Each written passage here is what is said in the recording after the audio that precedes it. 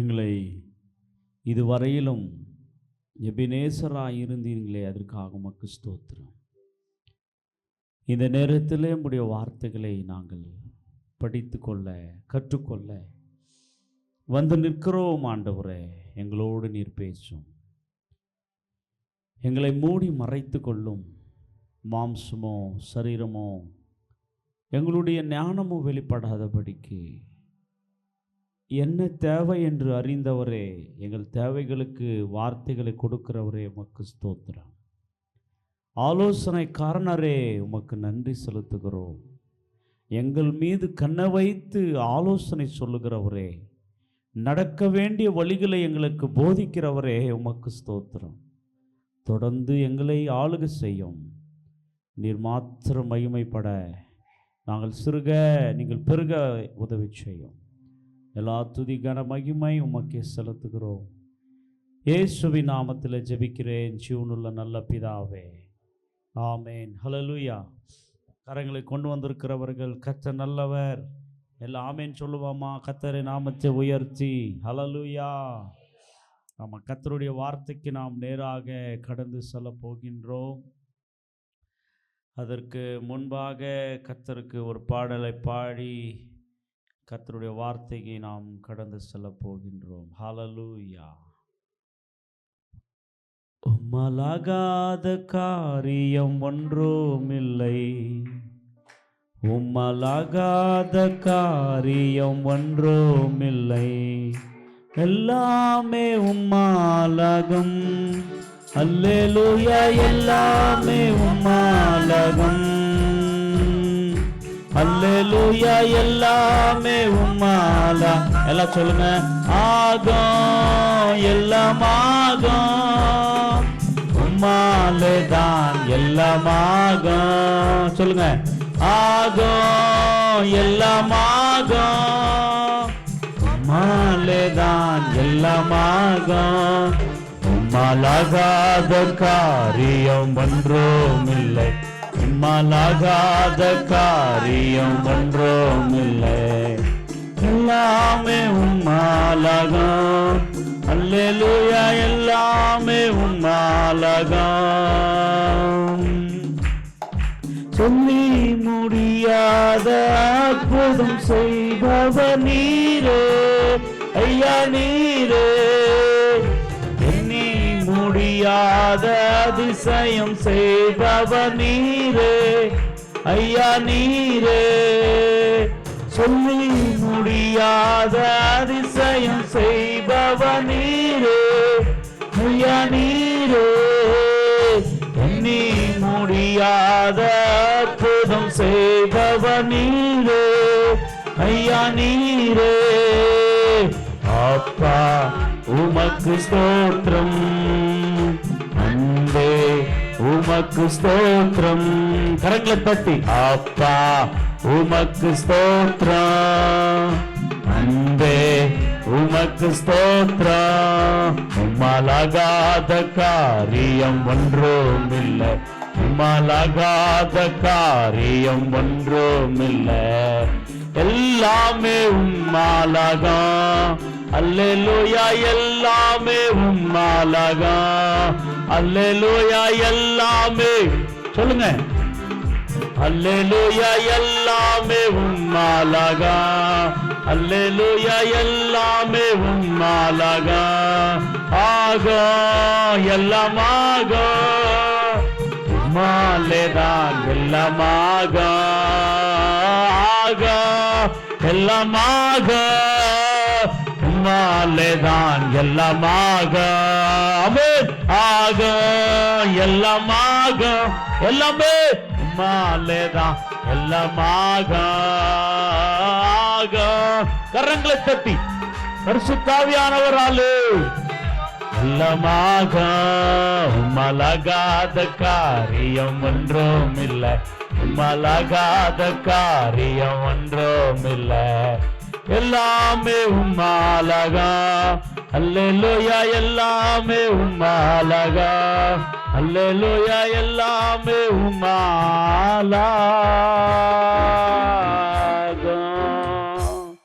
அல்லேலூயா. அவராலே எல்லாம் ஆகும். நம்மளால கொஞ்சம் செய்ய முடியும், எல்லாம் செய்ய முடியாது. அவரால் எல்லாம் செய்ய முடியும். நம்புகிறவர்கள் ஆமென் சொல்லுங்க. இந்த மார்ச் மாதம் முதலாவது உயிர்த்தெழுந்த ஆராதனையிலே கூடி வந்த உங்கள் அனைவரையும் இயேசு கிறிஸ்துவின் இனிதன நாமத்தினாலே வாழ்த்துகிறேன். நாம் இன்றைக்கு வாக்குத்தத்த செய்தியை நாம் கேட்க போகின்றோம். இந்த வருஷத்தின் வாக்குத்தத்தம் அல்ல, அதை தொடர்ந்து வாசித்து கொண்டு வருகிறோம். ஆனால் இந்த மார்ச் மாதம் இன்றைக்கு 1ஆம் தேதி எவ்ரி மந்த் வாக்குத்தத்த ஆராதனை நடைபெறும் அல்லவோ. அதனால் இந்த கால வேளையிலே இந்த மாதத்திற்குரிய வாக்குத்தத்தத்தை நாம் இன்றைக்கு செய்தியாக நாம் கேட்க போகின்றோம். நாம் எடுத்து வாசிக்கலாம். ஏசாயா தீர்க்கதரிசன புத்தகம் 28ஆம் அதிகாரம், அதிலே 16வது வசனம். ஆதலால் கர்த்தராகிய ஆண்டவர் உரைக்கிறதாவது இதோ அஸ்திபாரமாக ஒரு கல்லை நான் சியோனிலே வைக்கிறேன். அது பரீட்சிக்கப்பட்டதும் விலையேற பெற்றதும் திட அஸ்திபாரமுள்ளதுமான மூலைக்கல்லாயிருக்கும் விசுவாசிக்கிறவன் பதறான். ஹல்லேலூயா. இந்த மார்ச் மாசத்துக்கு கர்த்தர் நமக்கு, நம்ம சபைக்கு, கூடி வந்த விசுவாசிகளாகிய நம் அனைவருக்கும் கர்த்தர் கொடுக்கிற வாக்குத்தத்தம், விசுவாசிக்கிறவன் பதறான். இதை கைப்பிடிச்சு பக்கத்தில் அப்படி சொல்லிடுங்க, விசுவாசிக்கிறவன் பதறான். ஹல்லேலூயா. அப்படின்னா என்னன்னு கேளுங்களாம் பக்கத்தில். அப்படின்னா என்னன்னு கேளுங்களாம். ஹல்லேலூயா. விசுவாசிக்கிறவன் பதறான். பதறான் என்று சொன்னால் பதறாமல் இருப்பது. ஹல்லேலூயா சொல்லுங்க. பதறதுன்னு என்ன? அப்பா தெலுங்கில் சொல்கிறாங்க, ரொம்ப சூப்பர். தமிழில் கேட்டால் தெலுங்கில் சொல்கிறாங்க, தெலுங்கில் கேட்டால் தமிழில் சொல்லுவாங்க. கர்த்தருக்கு ஸ்தோத்திரம். தமிழில் சொல்லுங்க. பதறான். பதறுகிறது என்று சொன்னால் பயப்படுகிறது, கலங்குகிறது, சிங்க் ஆகிறது, அப்படி இப்படி கொஞ்சம் அப்படி அப்படி ஆறுது, அதான் பதறது. அல்லேலூயா. ஆனால் இந்த மார்ச் மாசத்திலே கர்த்தர் நம்மளோட சொல்லுகிற வாக்குத்தத்தம் என்ன என்று சொன்னால், விசுவாசிக்கிறவன் பதறான். சொல்லுங்க இந்த வார்த்தையை திரும்பி. விசுவாசிக்கிறவன் பதறான். அல்லேலூயா. யாரை விசுவாசிக்கிறவன், எப்படி விசுவாசிக்கிறவன் என்று நாம் இன்றைக்கு பார்க்க போகின்றோம். ஆமாம் பிரியமானவர்களே, இங்கே இந்த 28ஆம் அதிகாரத்தில் இருக்கிறதான இந்த வார்த்தை தீர்க்கதரிசி ஆகிய ஏசாயா மூலமாக உரைக்கப்பட்ட வார்த்தை. இந்த தீர்க்கதரிசன புத்தகத்திலே நாம் கவனிக்கின்ற போது இஸ்ரவேல் ஜனங்களை பற்றியும் யூதா ஜனங்களை பற்றியும் அந்த தேசத்தினுடைய காரியங்களை பற்றியும் சுற்றி இருக்கிற தேசங்களை பற்றியும் அதிகமாக எழுதப்பட்டது இந்த ஏசாயா தீர்க்கதரிசன புத்தகத்திலே. அது மட்டுமல்லாமல் அதோடு கூட இயேசு கிறிஸ்துவை பற்றிய தீர்க்க தரிசனங்கள் எழுதப்பட்டிருக்கிறது.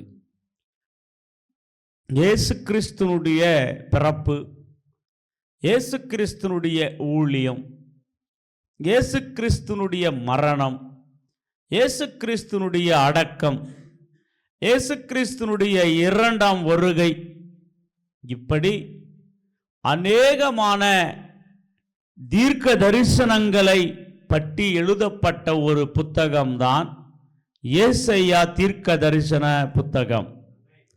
இந்த 28ஆம் அதிகாரத்திலே இஸ்ரவேல் ஜனங்களை பற்றி பேசுகிறதை பார்க்கின்றோம். அவர்கள் இந்த 28ஆம் வசனத்தை ஏசாயா மூலமாக பேசப்படுகின்ற போது அவர்கள் தேவ பக்தி உள்ளவர்களாக இல்லை. இஸ்ரவேல் ஜனங்கள் எப்படி இருந்தாங்களாம்? தேவனை விட்டவர்களாக, மறந்தவர்களாக, வெறுத்தவர்களாக, இன்னும் சொல்ல போன குடிக்காரராக மாறியிருந்தார்களாம். அப்போ உரைக்கப்பட்ட வார்த்தை தான் இந்த ஏசாயா 28ஆம் அதிகாரம் 1ஆம் வசனத்தை நீங்க பார்த்தீங்களன்னா, இந்த வசனம் சொல்லப்பட்ட அந்த பின்னணி, அந்த பேக்ரவுண்ட் நம்ம கவனிக்க முடியும். வாசிக்கலாம். எப்ராயிமுடைய பெரிய பெருமையான கிரீடத்திற்கு ஐயோ, மதுபானத்தால் மயக்கமடைந்தவர்களில் செழிப்பான பள்ளத்தாக்குடைய கொடுமுடிமையும் உள்ள அலங்கார ஜோடிப்பு வாடி போகும் புஷ்பமே. ஹல்லேலூயா. இங்கே கவனிங்க, எப்ராயிம் என்று சொல்லுகிறதை நாம் பார்க்கின்றோம். எப்ராயிம் என்று சொன்னால் அது யாரை குறிக்கிறது என்று சொன்னால் இஸ்ரவேல் ஜனங்களை குறிக்கிறது. இஸ்ரவேல் ஜனங்களிலே 12 கோத்திரங்கள் உண்டு. அந்த கோத்திரத்தில் ஒரு கோத்திரத்தின் பெயர் தான் எப்ராயிம் கோத்திரம். அந்த எப்ராயிம் கோத்திரத்தில் இருந்தவர்கள், அவர்கள் கவனிக்கின்ற போது மதுபான பிரியர்களாக இருந்தார்கள். ஹல்லேலூயா. என்னைக்கும் நாம் கவனிக்கின்றோம், நிறைய மக்கள் மதுபான பிரியர்களாக இருக்கிறார்கள், குடிக்காரர்களாக இருக்கிறார்கள், ட்ரக்ஸ் பானம் பண்ணுகிறவர்களாக இருக்கிறார்கள். அது கெட்ட பழக்கம், அதை ஆண்டவர் வெறுக்கிறார். அப்படிப்பட்டவர்கள் காய்ந்து போவார்கள், அப்படிப்பட்டவர்கள் ஆசீர்வாதங்களை இழந்து போவார்கள்.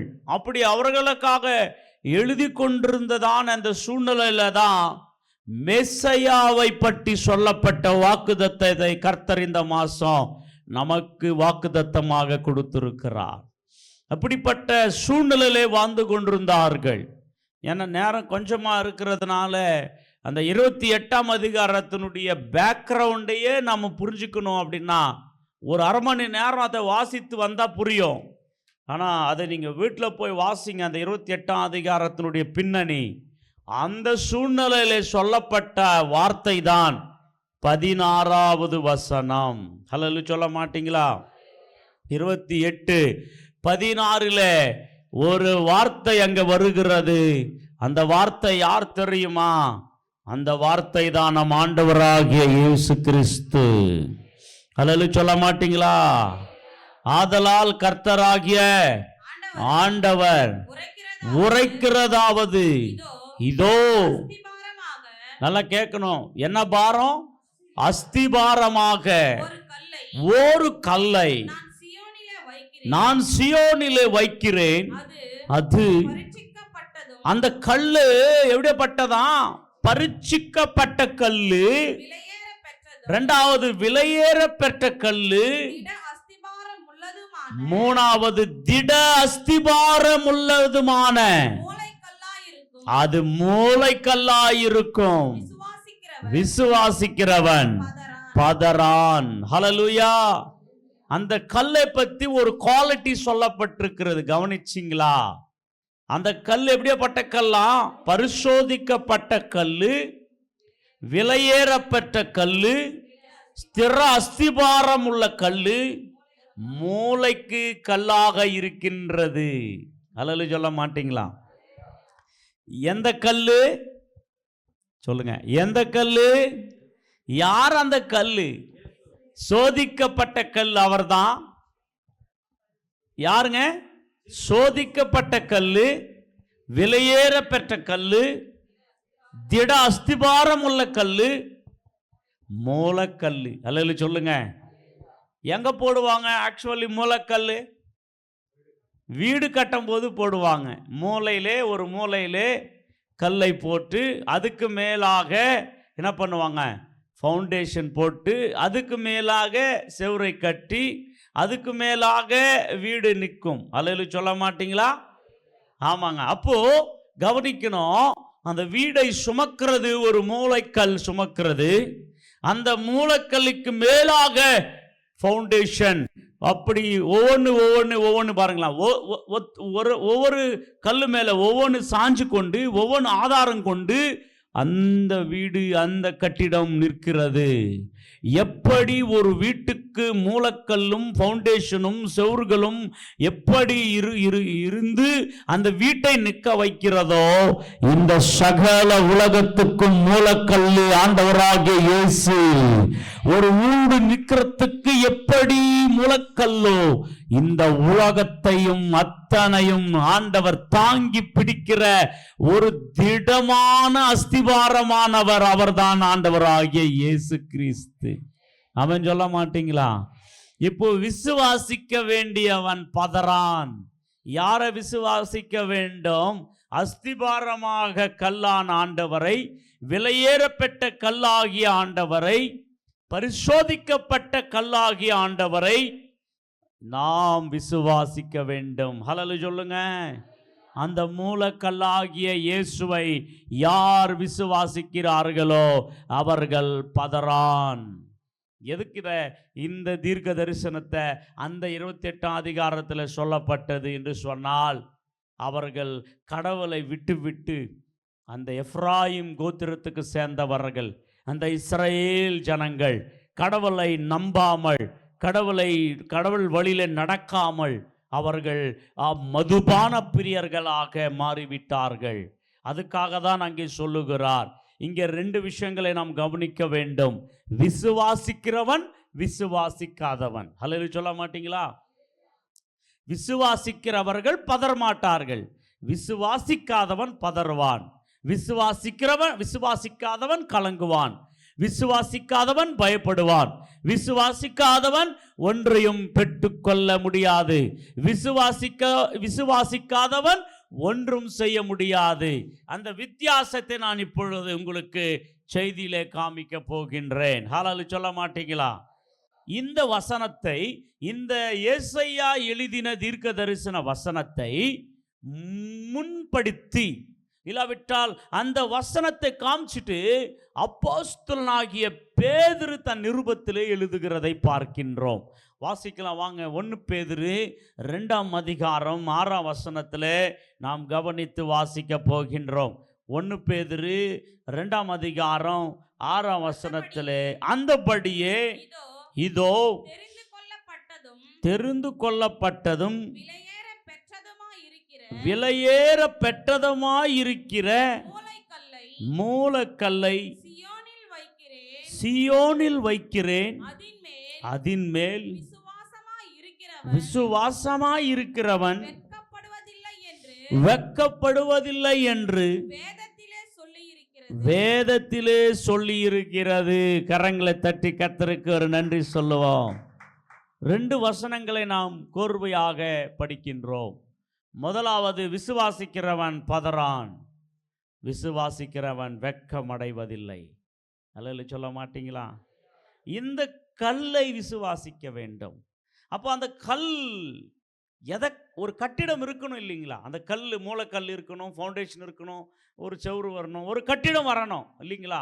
அப்போ அந்த கட்டிடத்துக்கு தான் ஆண்டவர் பரிசோதிக்கத்தக்க கல்லாக, விலையேறப்பட்ட கல்லாக, அஸ்திபாரம் உள்ள கல்லாக, அது மட்டும் இல்லை, அவர் மூலக்கல்லாக இருக்கணும்னா அப்போ எந்த கட்டிடத்துக்கு அவர் மூலக்கல்லாக இருக்கிறார் அப்படின்னு பார்த்தா, அவருடைய சபைக்கு. அவன் சொல்லுங்க, அவர் சபைக்கு அவர்தான் மூலக்கல், அவர்தான் கார்னர் ஸ்டோன். அந்த சபை விழுந்து போகாது. ஹல்லேலூயா சொல்ல மாட்டீங்களா? சபையை ஆண்டவர் சாதாரணமாக கட்டவில்லை, எப்படியெல்லாம் பேஸ் பண்ணி கட்டியிருக்கிறார் பாருங்க. அந்த சபையை கட்டுவதற்காக தான் ஆண்டவர் 2026வது வருஷத்துக்கு முன்பாகவே இந்த பூமியிலே அவர் வந்தார். அந்த சபையை அவர் சியோனிலே கட்டினார். அந்த சபையை அவர் எருசலேமில் ஆரம்பித்தார். அந்த சபைதான் இன்றைக்கு உலகம் முழுவதும் சபைகள் உண்டாக்கி வந்து கொண்டிருக்கிறது. அப்போ சபை யார் மூலமாக கட்டப்பட்டது? சொல்லுங்க, இயேசுவின் மூலமாய். சொல்லுங்க, நம்ம எல்லாரும் யாரு? சபை. சொல்லுங்க, நம்ம எல்லாரும் யாரு? இயேசுவாலே கட்டப்பட்ட திருசபை. சொல்லுங்க எல்லாரும், இயேசுவாலே கட்டப்பட்ட திருசபை. இந்த திருசபை யார் மேலே விசுவாசமாக இருக்கணும்? நம்மளை கட்டின இயேசு மேலே, நம்மளை வாங்கின இயேசு மேலே, நமக்காக ரத்தம் சிந்தின இயேசு மேலே, நமக்காக பரிந்து பேசுகிற இயேசு மேலே. யார் மேலே விசுவாசமாக இருக்கணும்? சபை யார் மேலே விசுவாசமாக இருக்கணும்? இயேசு மேலே விசுவாசமாக இருக்கணும். சொல்லுங்க, கையை பிடிச்சி பக்கத்தில், இயேசு மேலே விசுவாசமாக இருக்கணும். அல்லேலூயா. ஆனால் விசுவாசம் இல்லாதவங்க யார் தெரியுமா? இஸ்ரவேல் ஜனங்கள். யார் மேலே விசுவாசமாக இல்லாமல் போயிட்டாங்க? ஆண்டவர் மேலே விசுவாசமாக இல்லாமல் போயிட்டாங்க. இயேசுவை நம்பாமல் போயிட்டாங்க. இயேசுவுக்கு ஆப்போசிட்டாக மாறிட்டாங்க. இயேசுவை அவர்கள் என்ன பண்ணிட்டாங்க? விதவிதமாக பேச ஆரம்பித்தாங்க, புண்படுத்த ஆரம்பித்தாங்க. அவரை விசுவாசிக்கவில்லை. இங்கே சொல்லப்பட்டிருக்கிறது, நான் சியோனிலே ஒரு கல்லை போட போகின்றேன், ஒரு மூலக்கல்லை நான் போட போகின்றேன். அந்த மூலக்கல் யார்? அவர்தான் இயேசு என்று எப்போ ஆண்டவர் அறிவித்திருந்தார். ஆனால் அந்த கல் யாரும் புரியல, அவங்களுக்கு தெரிஞ்சிக்க முடியல அவங்களால. அதனால்தான் அவர்கள் விசுவாசிக்கிறதுக்கு பதிலாக ஆண்டவரை தூசித்தார்கள், ஆண்டவருக்கு விரோதமாக எழும்பினார்கள். அதனால்தான் அவர்கள் வெட்கம் அடைந்தார்கள். அல்லேலூயா.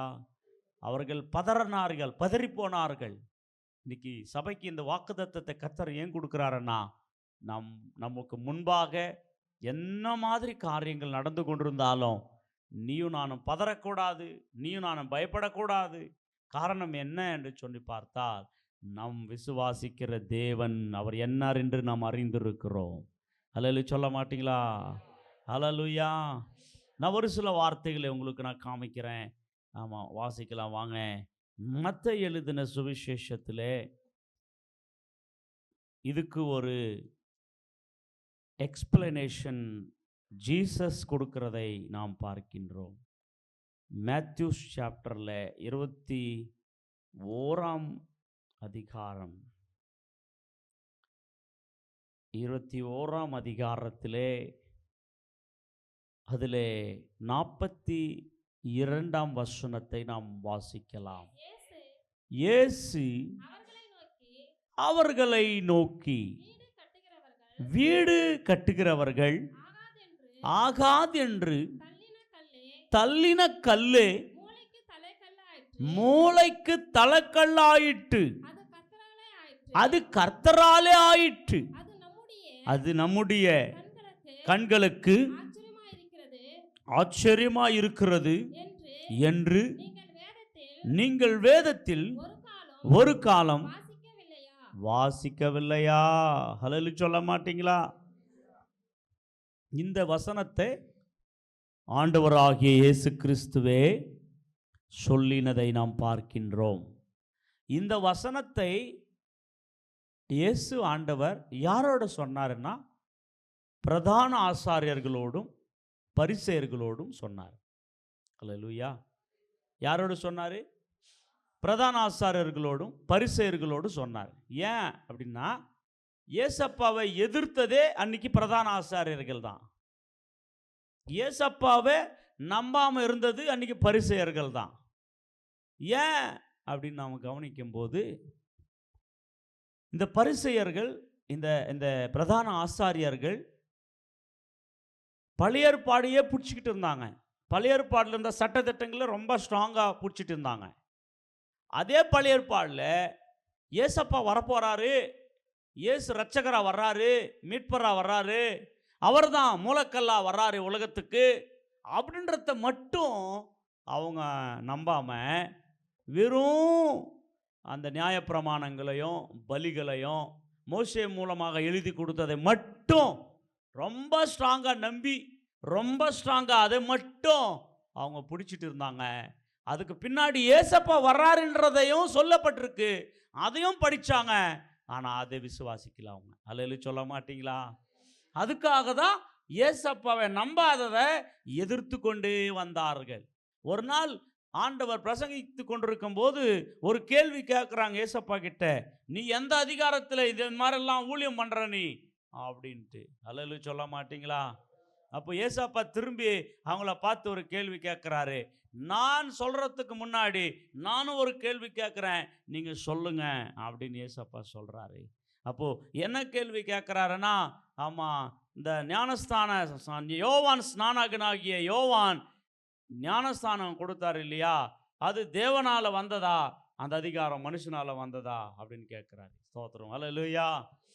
கேட்ட உடனே ஒருத்தர் மூஞ்சிங்களை பார்த்துன்னு பேசிக்கிறானுங்க. ஏன்னா யோவான் ஸ்நானகரையும் நம்பாம எதிர்த்தாங்க அவங்க. அல்லேலூயா சொல்லுங்க.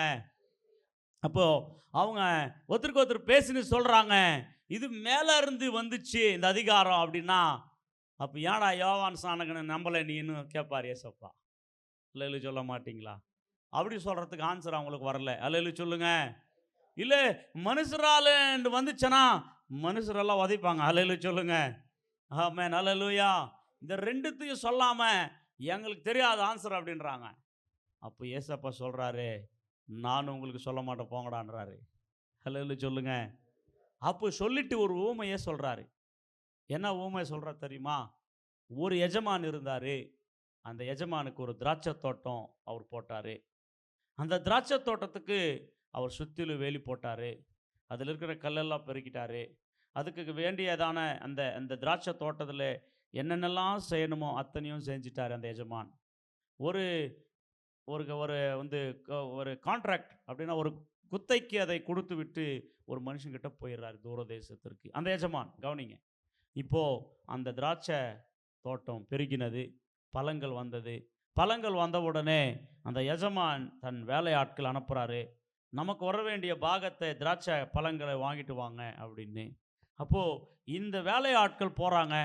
என் எஜமான் அனுப்பினார், எங்களுக்கு வர வேண்டிய பங்கை தாரும் என்று சொல்லும்போது அந்த குத்தைக்கு வைத்து கொண்டதான அந்த மனுஷன் அந்த வேலையாட்களை பிடித்து கொண்டு அவங்கள அடித்து அவங்களை கொன்று போடுகிறான். கவனிங்க. அல்லேலூயா. அவன் சொல்ல மாட்டீங்களா? இப்போ இவங்க போனவங்க எஜமான் கிட்ட திரும்பி வராததை கண்டு இந்த எஜமான் என்ன பண்ணுறாரு, இன்னும் ஒரு சில வேலையாட்களை அனுப்புகிறார். போங்க, நம்மளுடைய சொந்த நிலத்தில் விளைந்த அந்த திராட்சை தோட்டத்தில் திராட்சை பலன்களை நம்ம பாகத்தை வாங்கி கொண்டு வாங்க அப்படின்னு. அவர்கள் போகிறார்கள். அவர்களையும் பிடித்து அந்த பார்க்கும்போது குத்தைக்கு வைத்து கொண்டவன் அவர்களையும் கொன்று போடுகிறான். கவனிங்க. இப்போ அந்த எஜமான் என்ன பண்ணுறாரு, தன் ஒரே குமாரனாகிய அவனை அனுப்புகிறான். ஏனென்றால் எஜமான் மகன் வந்து விட்டான் என்று பயப்படுவான் என்று சொல்லி அந்த எஜமான் தன்னுடைய மகனையே அனுப்புகிறார். அல்லேலூயா. இப்போ அந்த குத்தைக்கு வைத்து கொண்டவன் நினைக்கிறான், இவன் வாரிசு, இவன் எஜமானுடைய மகன், இந்த திராட்சை தோட்டம் எல்லாம் இவனது தான். அப்போ இவனையும் நம்ம கொலை செஞ்சுட்டா இந்த திராட்சை தோட்டம் எனக்கே வந்துடும், சொந்தமாக வந்துடும் அப்படின்னு சொல்லி அந்த மகனையும் என்ன பண்ணிட்டாங்களாம், திராட்சை தோட்டத்திற்கு வெளியே கொண்டு வந்து அந்த மகனையும் கொன்று விட்டார்கள். ஹல்லேலூயா சொல்லுங்க. இந்த ஊமையை பிரதான ஆசாரியர்களோடும் பரிசேயர்களோடும் ஏசப்பா சொல்லி கொண்டிருக்கிறார். ஹல்லேலூயா சொல்ல மாட்டீங்களா? அப்போ சொன்ன உடனே அந்த பிரதான ஆசாரியர்களும் அந்த பரிசேயர்களும் சொன்னாங்க. ரொம்ப கோபம் அடைஞ்சு இப்போ இந்த எஜமான் அந்த தோட்டத்தை என்ன பண்ணுவான் அப்படின்ன போது அந்த பரிசேயர்கள் அந்த பிரதான ஆசாரியர்கள் சொல்லுகிறான், இந்த தோட்டத்தை பிடுங்கி அவங்ககிட்ட அந்த குத்தக்காரங்கிட்ட அந்த பிடுங்கி பலன்களை கொடுக்குறவன் கையிலே கொடுப்பார்கள் அப்படின்னு சொல்கிறாங்க. அல்லேலூயா சொல்ல மாட்டீங்களா? Please read. அதை நீங்கள் வாசிக்க முடியும், வாசிக்கலாம் பிரியமானவர்களே. 40ஆம் வசனம் 21, 40, 41 வாசிக்கலாம். அப்படி இருக்க திராட்சை தோட்டத்தின் எஜமான் வரும்போது அந்த திராட்சை தோட்டக்காரரை என்ன செய்வான் என்று கேட்டார்கள். அதற்கு அவர்கள் அந்த கொடியரை கொடிமையாய் அணித்து ஏற்ற காலங்களில் தனக்கு கனிகளை கொடுக்கத்தக்க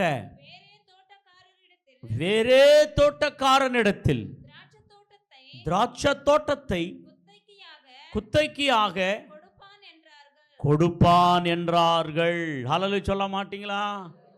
இந்த திராட்சை தோட்டம் என்னது? இந்த எஜமான் என்னது?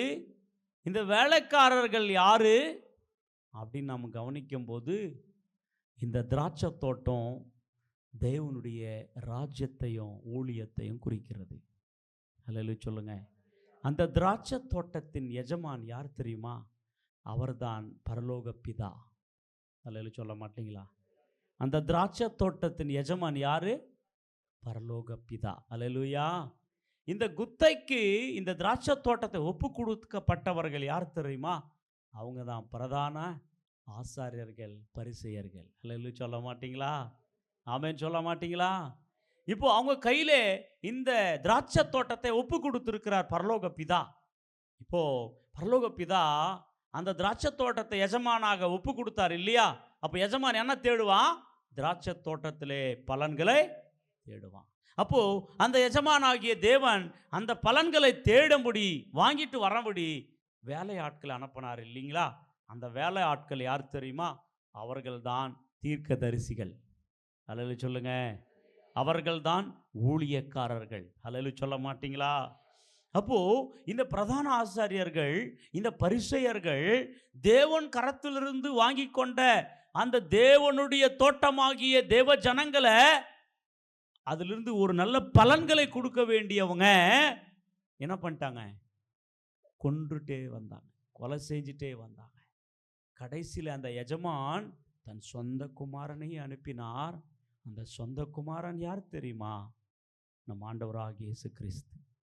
ஹல்லேலூயா சொல்லுங்க. அவரையும் அந்த குமாரனையும் என்ன பண்ணிட்டாங்க? அவங்க சொல்ல மாட்டீங்களே, கொன்று போட்டார்கள். அவர்களுக்காக சொன்னது தான் இது. கொன்று போட்டார்கள். அப்பதான் சொல்லப்பட்டது 42 வாசிமா.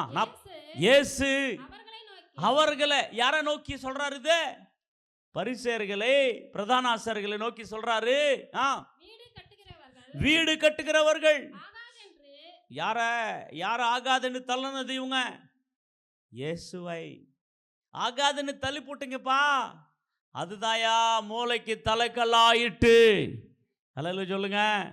இது ஏற்கனவே பழைய ஏற்பாட்டில் எழுதி கொடுத்துருக்கிறாரு. இதெல்லாம் படிச்சிருக்கிறாங்க அவனுங்க, இதெல்லாம் படிச்சிருக்கிறாங்க பிரதான ஆசாரியர்கள், இதெல்லாம் படிச்சிருக்கிறாங்க பரிசேயர்கள். ஆனா மண்டைக்கு ஏறல. ஹல்லேலூயா. இப்போ 43ஆம் வசனத்தை வாசிங்க. இப்போ தெரியும் உங்களுக்கு. ஆகையால் தேவனுடைய ராஜ்யம் உங்களிடத்திலிருந்து நீக்கப்பட்டு அதற்கேற்ற கனிகளை தருகிற ஜனங்களுக்கு கொடுக்கப்படும். இந்த கல்லின் மேல் விழுகிறவன் நொறுங்கி போவான். இது எவன் மேல் விழுமோ அவனை நசக்கி போடும் என்று சொல்லுகிறேன். ஹல்லேலூயா சொல்லுங்க. ஆமென் சொல்ல மாட்டீங்களா? ஐயா கவனிங்க. இந்த 42ஆம் வசனத்தில் தேவனுடைய ராஜ்யம் உங்களிடத்திலிருந்து நீக்கப்பட்டு பலன் கொடுக்கிறவர்கள் கருத்தில் ஒப்பு கொடுக்கப்படும். ஹல்லேலூயா சொல்லுங்க.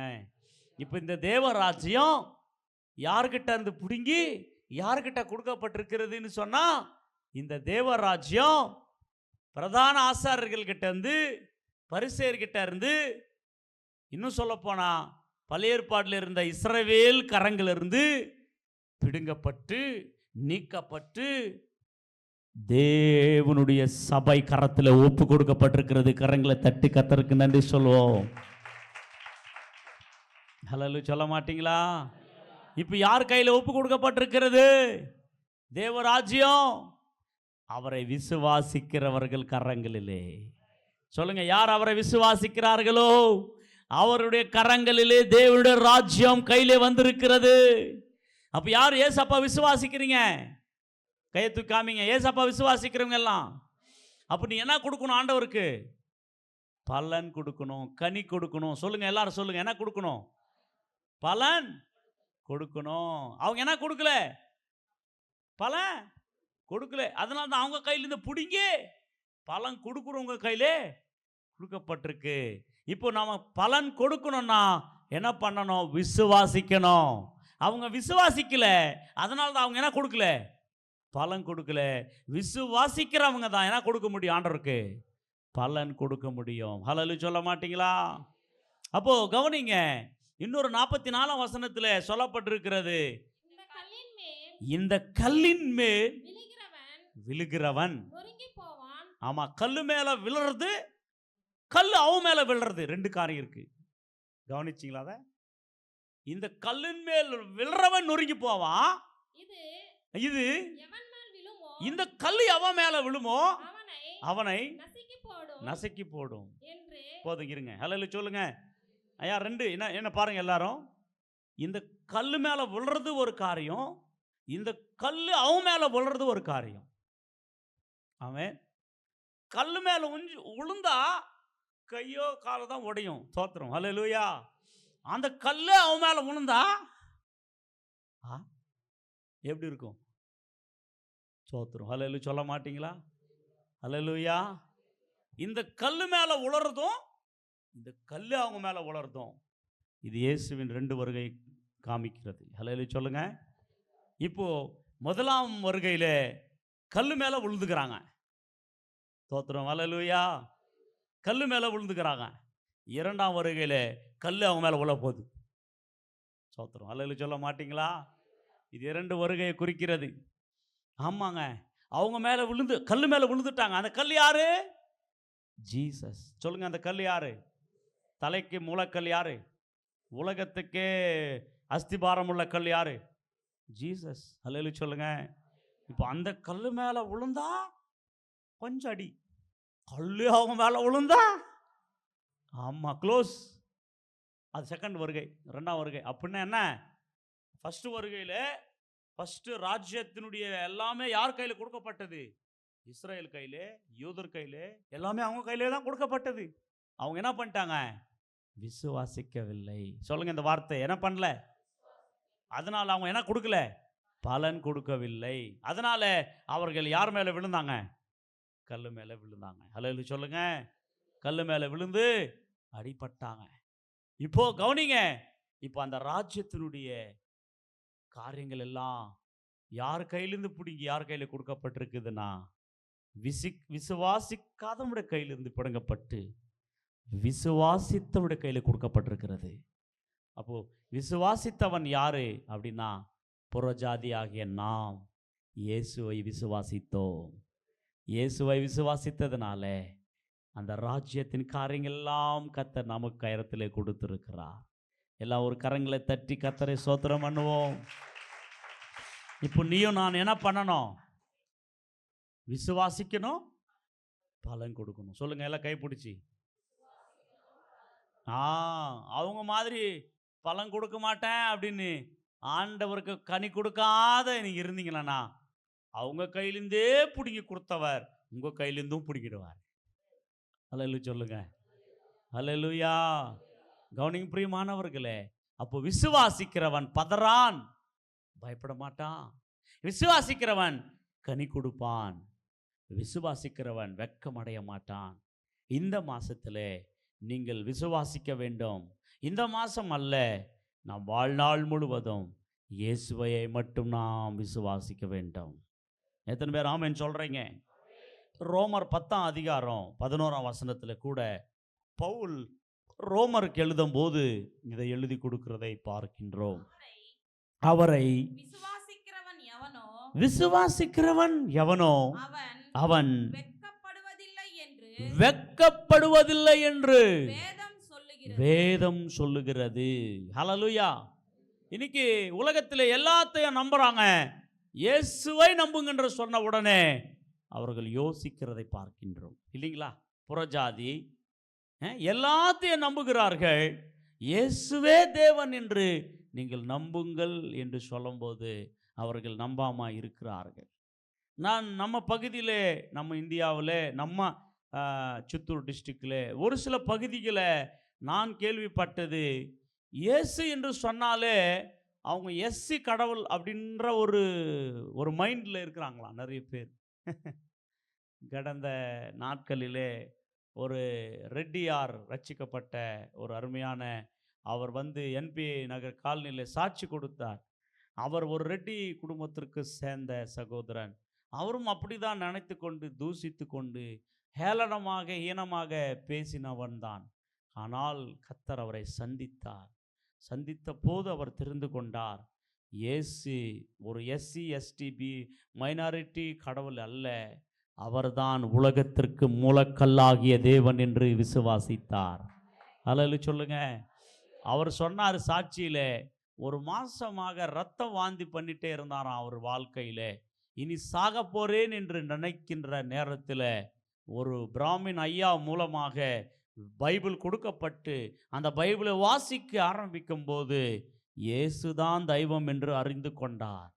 இன்னும் வரைக்கும் உயிரோடு இருக்கிறார். பாருங்களா, விசுவாசிக்கிறவன் பதறான், விசுவாசிக்கிறவன் பதறான், வெட்கமடைய மாட்டான். உலகத்திலே இயேசுவை விசுவாசிக்கிறவன் பதற மாட்டான். நீங்க சொல்லுங்க, உங்களுடைய காதில் இப்படிப்பட்ட வார்த்தைகள், அவர் ஏதோ ஒரு கம்மி கடவுள், கம்மி ஜாதியினுடைய கடவுள் அப்படின்று மைண்டில் இருக்கிறது நிறைய பேருக்கு. அவங்க சொல்லுங்க, அவர் கம்மியான கடவுள் அல்ல, அவர் ஃபாரின்ல பிறந்ததனால் ஃபாரின் கடவுள் அல்ல, அவர் முழு உலகத்திற்கு இரட்சகர் என்று சொல்லுங்கள். அவர் முழு உலகத்தை மீட்க வந்தவர் என்று சொல்லுங்கள். அவரை போல பரிசுத்த புண்ணியர் இல்லை என்று சொல்லுங்கள். அவரை விசுவாசிக்க சொல்லுங்கள், அவரை நம்ப சொல்லுங்கள், அவரை தேட சொல்லுங்கள். அவரை விசுவாசிக்கிறவன் பதறான். அல்லேலூயா சொல்ல மாட்டீங்களா? அல்லேலூயா. இங்கே நாம் கவனிக்கின்றோம், முதலாவது இஸ்ரவேல் ஜனங்கள் அவரை நம்பவில்லை. அதனால்தான் அவங்க கையிலிருந்து ஆண்டவர் பிடுங்கி கொடுத்துட்டாரு. அவங்க நம்பவில்லை, அதனால்தான் இயேசுவை சிலுவையில் அறைந்தார்கள். இயேசுவை நம்பவில்லை, அதனால்தான் இயேசுவை எதிர்த்தார்கள். அவர்கள் இயேசுவை விசுவாசிக்கவில்லை, அதனால்தான் இயேசுவுக்கு விரோதமாக எழும்பினார்கள்.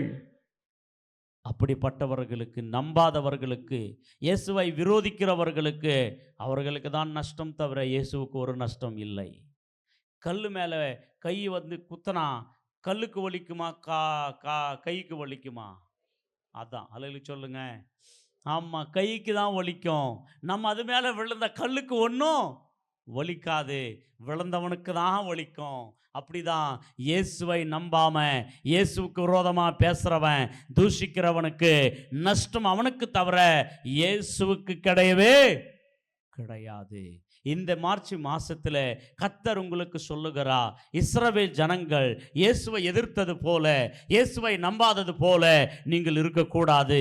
இயேசுவை விசுவாசிக்கிறவர்களாக, இயேசுவை பிரகடனம் பண்ணுகிறவர்களாக, இயேசுவை அநேகர்களுக்கு சொல்லுகிறவர்களாக, இயேசுவை ஆராதிக்கிறவர்களாக, இயேசுவை பின்பற்றுவர்களாக, இயேசுவை துதிக்கிறவர்களாக நீங்கள் வாழ வேண்டும் என்று கர்த்தர் பேசுகிறார். ரோமர் 9ஆம் அதிகாரத்தில் நீங்கள் வாசிக்கின்ற போது, ரோமர் 9ஆம் அதிகாரம், இந்த இஸ்ரவேல் ஜனங்கள் ஏன் ஆண்டவரை விசுவாசிக்காமல் போயிட்டாங்க அப்படின்றதுக்கு பவுல் அடியார் ஒரு சில காரணங்களை எழுதி கொடுக்கிறதை நாம் பார்க்க முடிகிறது. 30ஆம் வசனத்தில் பாருங்க, 30-31. இப்படி இருக்க நாம் என்ன சொல்லுவோம்? நீதியை தேடாத புறஜாதியார் நீதியை அடைந்தார்கள். அது விசுவாசத்தினாலாகும் நீதியே. நீதி பிரமாணத்தை தேடின இஸ்ரவேலரோ நீதி பிரமாணத்தை அடையவில்லை. எண்ணத்திலே நின்றால் அவர்கள் விசுவாசத்தினாலே அதை தேடாமல் நியாய பிரமாணத்தின் கிரியைகளினாலே தேடினபடியால் அதை அடையவில்லை. இடறலான கல்லில் இடறினார்கள். இதோ இடறுதற்கான கல்லையோ தவறுதற்கான கன்மலையோ சியோனில் வைக்கிறேன். அவரிடத்தில் விசுவாசமாயிருப்பவன் எவனோ அவன் வெட்கப்படுவதில்லை என்று எழுதியிருக்கிறபடியே ஆயிற்று. கரங்களை தட்டி கர்த்தருக்கு ஸ்தோத்திரம் பண்ணுங்க. இங்கே பவுல் ரொம்ப கிளியரா துல்லியமா எழுதி கொடுக்கிறதை பார்க்கின்றோம். நீதி பிரமாணம் யாருக்காக கொடுக்கப்பட்டிருந்தது? இஸ்ரவேலுக்காக. நீதி பிரமாணம் இருந்துச்சு. ஆனால் அவங்க என்ன ஆகலை? நீதிமான்களாக ஆகலை. ஏன் அப்படின்னா நியாய பிரமாணத்தின் கிரியைகளால நீதிமானாகணும் அப்படின்னு ட்ரை பண்ணாங்க. கவனிங்க, நியாய பிரமாணத்தின் கிரியைகளால நீதிமான்களாயில்லாம் அப்படின்னு அவங்க சொந்த கிரியைகளால சொந்த முயற்சிகளால பிரயாசப்பட்டார்கள். கவனிங்க, நீயும் நானும் கூட ஒருவேளை இஸ்ரவேல் ஆனாலும் சரி, நான் ரட்சிக்கப்பட்ட சபையானாலும் சரி, நம்ம சொந்த கிரியைகளால நாம் நீதிமான்களாக மாற முடியாது. இயேசுவை விசுவாசித்ததனால்தான் நாம் நீதிமான்களாக மாறினோம். ஆமென். Faith in Christ. நாம் விசுவாசிக்காமல் எதையும் சாதிக்க முடியாது. ஆமாம் பிரியமானவர்களே, இன்னைக்கு நாம் விசுவாசத்தினால்தான் நீதிமான்களாக மாற்றப்பட்டோம். அப்போ நீயும் நானும் சர்ச்சுக்கு வர்றோம், பைபிள் வாசிக்கிறோம், ஆமாம் ஜெபம் பண்ணுறோம், எல்லாமே பண்ணலாம். That is activities. அதான் கிரியைகள். அது கிரியைகள். வெறும் கிரியைகளை வச்சு நீதிமான்களாக முடியாது. நீங்கள் அதோட அவரை விசுவாசிக்க வேண்டும். அப்படின்னா என்ன சொல்ல வர்றேன்னா, நீங்கள் விசுவாசம் இல்லாமல் சர்ச்சுக்கு வந்ததுனால நீங்கள் நீதிமான்களாக மாற முடியாது. ஃபெய்த் இருக்கணும், விசுவாசம் இருக்கணும். ஜெபிச்சாலும் விசுவாசம் இருக்கணும். கவனிங்க, இன்னைக்கு நிறைய பேர் ஜெபிக்காம இருக்கிறதுக்கு காரணம் என்ன ஒன்று சொல்லட்டா, அவங்களுக்கு நம்பிக்கை இல்லை, விசுவாசம் இல்லை, அதனால் ஜெபிக்க முடியாது. விசுவாசிக்காதவனால ஜெபிக்க முடியாது. அல்லேலூயா. ஏன்? அவங்க ஜெபத்தாண்டற கேட்பாரா? ஜெபிச்சதுனால அற்புதம் நடக்குமா அப்படின்ற அவங்களுக்கே ஒரு கேள்வி, அவங்களுக்கே ஒரு சந்தேகம். அதனால ஜெபிக்க மாட்டார்கள். விசுவாசிக்கிறவன் முதல் செய்ய வேண்டியது என்ன? ஜெபிப்பான். நான் விசுவாசிக்கிறவர், நான் நம்புகிறவர் என் ஜெபத்தை கேட்பார், நான் ஜெயத்தை பெற்றுக்கொள்வேன். இன்னொரு சகோதரிகள், இன்னொரு பிரதர்ஸ் இருப்பாங்க, எல்லாத்துக்கும் ஜெபம் பண்ணுவாங்க.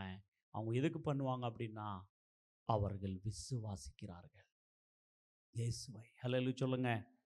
ஆமென். ஹல்லேலூயா. ஆமாம், வேதத்தை படிக்கிறவர்கள், தேவ சமூகத்துக்கு வருகிறவர்கள் விசுவாசிக்க வேண்டும். நீங்கள் விசுவாசம் இல்லாமல் எதனா பண்ணுங்க, ஒன்றும் நடக்காது. அப்போ என்ன பண்ணணும்? நீங்கள் பதறாமல் இருக்கணும்னு என்ன பண்ணணும்? விசுவாசிக்கணும். வெட்கப்படாமல் இருக்கணும்னா விசுவாசிக்கணும். ஹல்லேலூயா. நீங்கள் இஸ்ரவேலை போல கனி இல்லாத தள்ளப்பட்டவர்களாக இல்லாமல் இருக்கணும்னா விசுவாசிக்கணும். அவங்க தள்ளிட்டாங்க அந்த மூலக்கல்ல, அவங்க தள்ளிட்டாங்க அந்த சியோனிலே உண்டாக்கின கல்லை தள்ளிட்டாங்க. ஆனால் அந்த கல்லு தான் உலகத்துக்கே தலைக்கல்லா மாறிட்டு. உலகத்துக்கே தலைக்கல்லு. இந்த கல்லை நம்புகிறவன், அந்த கல்லை விசுவாசிக்கிறவன், அவன் என்றென்றைக்கும் பதறான். இந்த மார்ச் மாசத்தில் கர்த்தர் உங்களோடு சொல்லுகிறார், நீ விசுவாசித்தால் தேவ மகிமை காண்பாய். விசுவாசிக்கிறவனுக்கு எல்லாம் ஆகும், விசுவாசிக்கிறவனுக்கு எல்லாம் கூடும். உம்மால கூடாது, உம்மால ஆகாது, ஆனால் என் தேவனால எல்லாம் கூடும். உங்களால் முடியாதது 2 மாதம் விசுவாசித்து பாருங்கள், தேவனால கூடும். நீங்கள் பிரயத்தனம் பண்ணி நீங்கள் ட்ரை பண்ணி நீங்கள் ஒருவேளை பெற்றுக்கொள்ளாமல் இருக்கலாம், அது வெறும் ட்ரை தான். ஆனால் இன்றைக்கு நான் சொல்கிறேன், விசுவாசத்தோடு ட்ரை பண்ணி, விசுவாசத்தோடு ஜெபம் பண்ணி, விசுவாசத்தோடு வாழு, விசுவாசத்தோடு நட, விசுவாசத்தோடு செய், விசுவாசத்தோடு பிரயாசப்படு. விசுவாசத்தோடு கூட நீ செஞ்சனா நிச்சயம் கர்த்தர் அதை வாய்க்க பண்ணுவார். அல்லேலூயா சொல்ல மாட்டீங்களா? கடைசி ஒரு வசனத்தை வாசித்து, நேரம் ஓடி போச்சு, முடிக்க போகிறேன் திருவிருந்த ஆராதனை. கடைசி ஒரு வசனத்தை மட்டும் காமிச்சிட்டு, எபிரேயருக்கு எழுதின 4ஆம் அதிகாரம் 2ஆம் வசனம் 3ஆம் வசனம் வேகமாக எடுங்க, ஒரே 5 நிமிஷத்தில் முடித்து. ஏனெனில் சுவிசேஷம் அவர்களுக்கு அறிவிக்கப்பட்டது போல நமக்கும் அறிவிக்கப்பட்டது.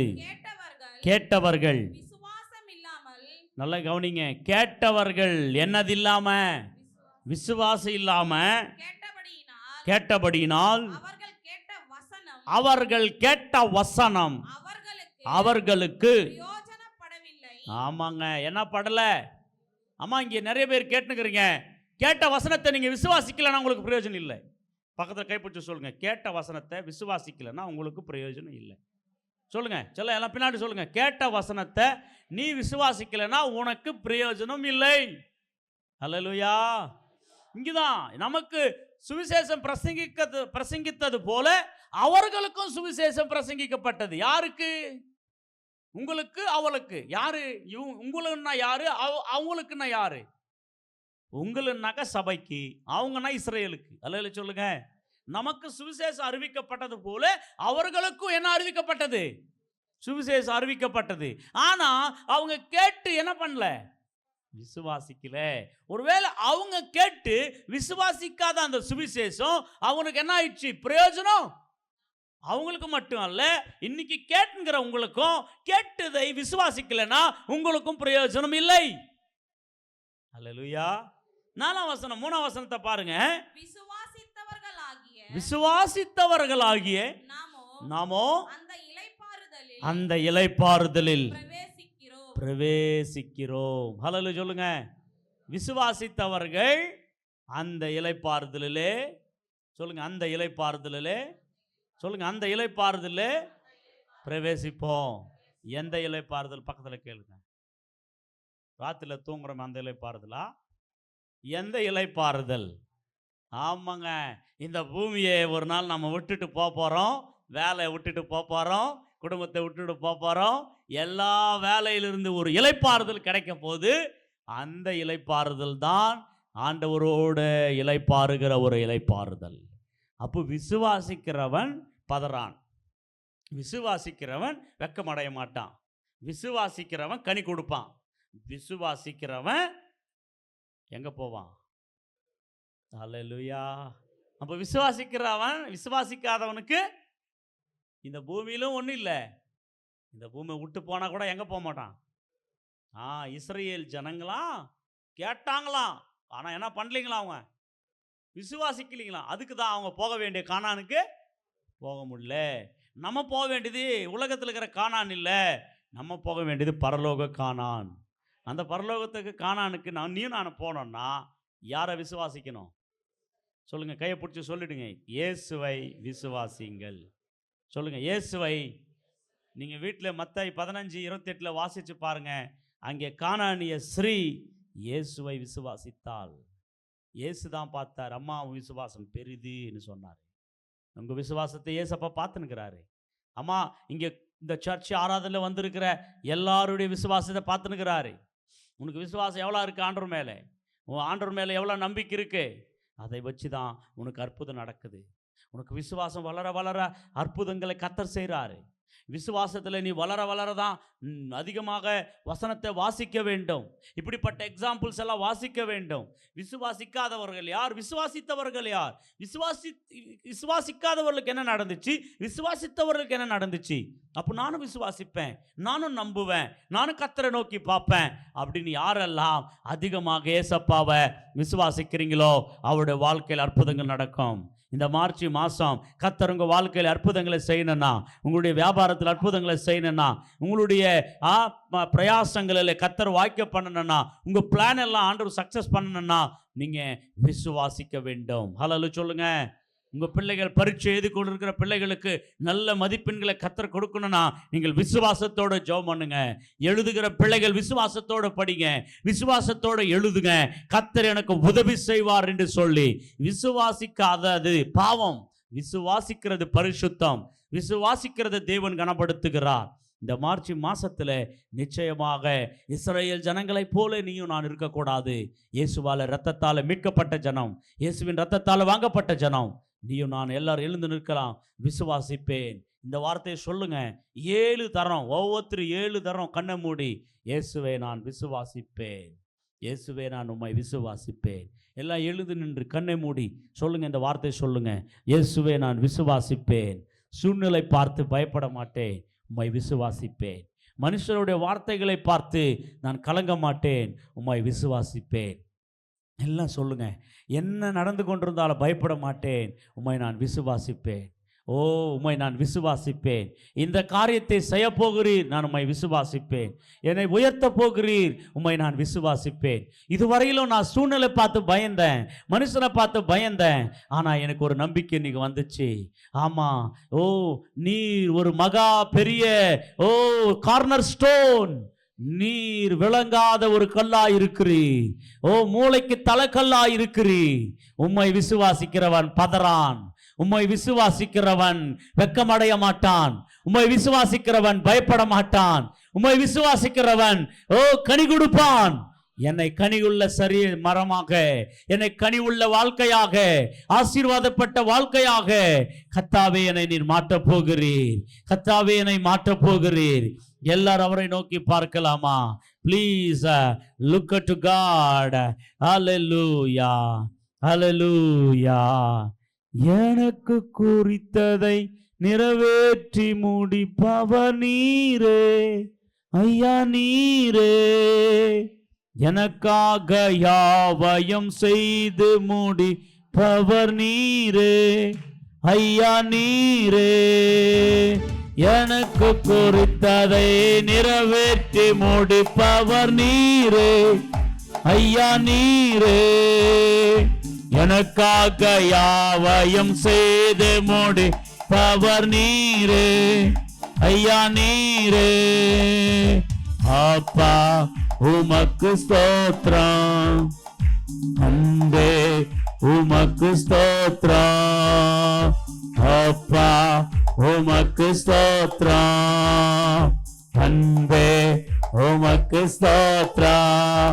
உம்மலாகாத காரியம் ஒன்றும் இல்லை, உம்மலாகாத காரியம் ஒன்றும் இல்லை. எல்லாமே உம்மாலாகா. இயேசுவாலே எல்லாமே, இயேசுவாலே சொல்லுங்க. அல்லேலூயா, எல்லாமே மாலகா. அல்லேலூயா, எல்லாம் வாய் திறந்து சொல்லி பாடுங்க. அல்லேலூயா, எல்லாமே உம்மா. என்னால் ஆகாது சப்பா, உம்மால் ஆகும். என்ன ஆசீர்வதிக்க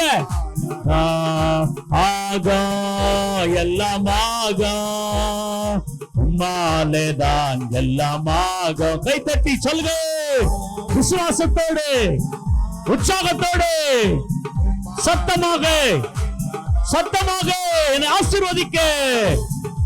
எல்லாமாக மாலேதான் எல்லாமாக ஆக, எல்லாமாக ஆக, உயர்த்தாக. ஷபா பாபா ரிக்கல தோன மக்கர செகர தேர பாபா பாபா பாபா ஆக, எல்லாமாக. இயேசுவாலே என்னால் ஆகாது, என் அப்பாவால் ஆகும். இயேசுவாலே சொல்லுங்க, பரிசுத்த ஆவியிலே நிறைந்தவர்களா உற்சாகமாய் ஆகா ஆகா. ஓ ரபா பாபா பாபா பாபா சக ரபா லபா பாபா. அபிஷேகம் அவர் மேலே, பரிசுத்த ஆவியானவர் நிரப்புங்க, நிரப்புங்கய்யா, நிரப்புங்கய்யா. அக்னி ஜுவாலையாக நிரப்புங்கப்பா. ஆவியானவரே, ஒவ்வொரு உள்ளங்கள் கொழுந்து விட்டு எரியட்டும், கொழுந்து விட்டு ஒவ்வொரு உள்ளங்கள். பா பா பா பா ஷேகே ரே ரே பா பா பா. The fire of God, the Holy Ghost, Holy Ghost, Holy Ghost, Holy, Holy, Holy, Holy, Holy, Holy. நிரப்புங்க. ஆகா ஆகா, எல்லாமாக உம்மாலேதான் எல்லாமாக ஆகா, எல்லாமாக உம்மாலேதான் எல்லாமாக. உம்மாலாகாத காரியம் ஒன்றும் இல்லை, உம்மாலாகாத காரியம் ஒன்றும் இல்லை. எல்லாமே உம்மாலாகா. அல்லேலூயா, எல்லாம் உம்மாலாகா ஆகா, எல்லாம் எல்லாமாக. எல்லாம் தடைப்பட்டது, எல்லாம் நின்று போனது, எல்லாம் நடக்காதது நடக்கின்ற மாசம். விசுவாசி, விசுவாசி, ஆகா எல்லாமாக உம்மாலதான் எல்லாமா ஆகா. எல்லாம் சத்தமா கைத்தட்டி விசுவாசத்தோடு நடக்கும். நீ பெற்றுக்கொண்டாய். ஓ எஸ், ஜெபித்ததை எதிர்பார்த்ததை பெற்றுக்கொண்டாய் என்று விசுவாசத்தோடு கைத்தட்டி நன்றி சொல்லு. தேவனுடைய ஆவியானவர். தகப்பனே, ஏசாயா 28 அதிகாரம் 16 வசனத்திலே பரிசோதிக்கப்பட்ட கல், விலையேறப்பட்ட கல், அஸ்திபாரமுள்ள கல், மூளைக்கு தலக்கல். அப்பா, உம்மை விசுவாசிக்கிறவர்கள் பதறான். உம்மை விசுவாசிக்கிறவர்கள் வெட்கமடைய மாட்டார்கள். உம்மை விசுவாசிக்கிறவர்கள் தேவ மகிமை காண்பார்கள். உம்மை விசுவாசிக்கிறவர்களுக்கு எல்லாம் ஆகும். இந்த மாசத்திலே எங்களுக்கு எல்லாம் ஆகும். எங்களுக்கு எல்லாம் நடக்கும். கூடி வந்த எல்லாருடைய வாழ்க்கையில ஜெயம், வெற்றி உண்டாக போகிறதற்காக ஸ்தோத்திரம். இஸ்ரவேல் ஜனங்களை போல பாவமை புறக்கணித்தவர்களாக அல்ல, அந்த கல்லின் மேலே விழுகிறவர்களாக அல்ல, அந்த கல்லாகிய உம்மை விசுவாசிக்கிறோம், உம்மை நம்புகிறோம். ஒவ்வொருவருக்கும் நன்மை செய்வீராக. நீர் பேசின இந்த வாக்குத்தத்த வார்த்தைக்காக நன்றி. உடைய தூய கரத்தில் எங்களையும் திருசபை ஒப்பு கொடுக்கிறோம். தொடர்ந்து முன்னிருக்கிற காரியங்களை நடத்தும். இயேசுவின் நாமத்தில் ஜெபிக்கிறேன் ஜீவனுள்ள நல்ல பிதாவே, ஆமென். ஹல்லேலூயா. May God bless you. கர்த்தர் உங்களை ஆசீர்வதிப்பாராக.